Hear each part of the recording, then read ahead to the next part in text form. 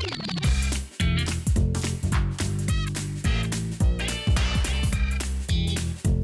guys, just a little behind the scenes for you. A couple of you left some comments on videos and on Instagram asking me to do a video on how I take my food photos, because after every recipe video, I then take the dish, come in here. This is my special little office room that is set aside for all of my YouTube, Instagram, website shenanigans, and I come in and I take my pictures. So I've got some lettuce wraps here that I had on TV, and I wanted to reshoot the lettuce wraps. This is an old Cobb salad lettuce wrap recipe that I did at the very beginning of my website, and since I shot it, my skills have now advanced. So I wanted to reshoot it just so that, you know, the pictures could look better and maybe Pinterest would like it better, because great photos are a vehicle toward getting your content out there and increasing traffic.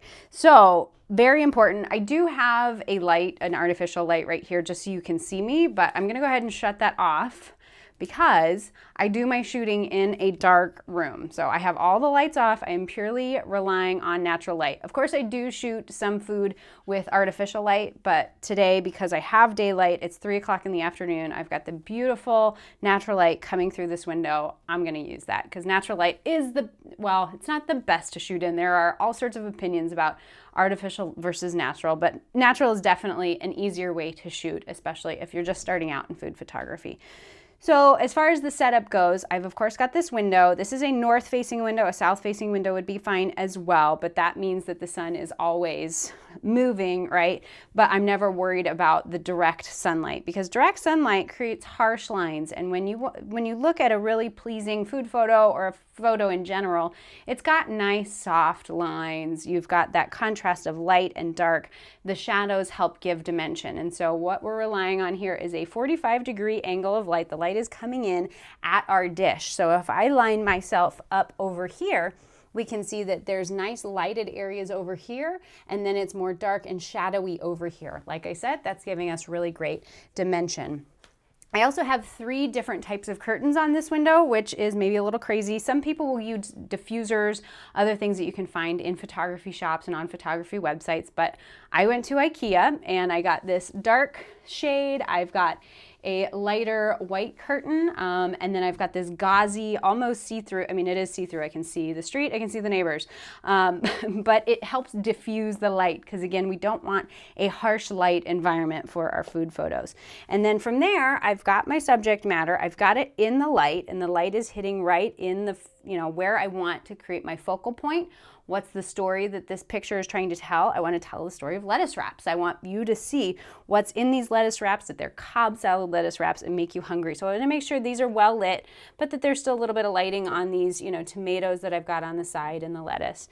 So from there, I'll start to just play with the curtains and see where it takes the light. You can, if you really enjoy bright, well-lit dishes, then certainly if that's your style, open this wide up so that there is plenty of sunlight. But if you want something a little moodier, which sometimes I go for, I kind of like moody, I don't know. It's your pictures, you do what you want. Then I will limit the light. I mean, you can get all the way crazy into just having like a little sliver of light. Like there's a Cornish pasty recipe that I posted a couple months ago, and that I had severely limited light, like just a little sliver of light. But in this case, because this is kind of a bright, summery dish, I do want to make sure there's sufficient lighting to make it bright enough. And today I am shooting with my Sony a6000. This is a mirrorless camera. It is a fabulous camera and I definitely love it. And as far as the lens, this is a prime lens, a 55mm 1.8. And so what I'm going to do now is, just so you can see me, I'm going to turn this on. This other light is going to interfere a little bit with the dish, but thus is the situation of video recording yourself taking pictures. So at this point, now I'm going to line up my camera, and I've got this background here, which is just this little bench. I do have some other backgrounds, like some different boards with different types of woods that I'll use sometimes depending on the subject matter, but this is a redder wood, which works really well in contrast with that green lettuce. Red and green, of course, are complementary colors, so the red works well to highlight that green. So now what I'm going to do is line up my shot, and I have these seams in the wood, which I'm going to use as leading lines.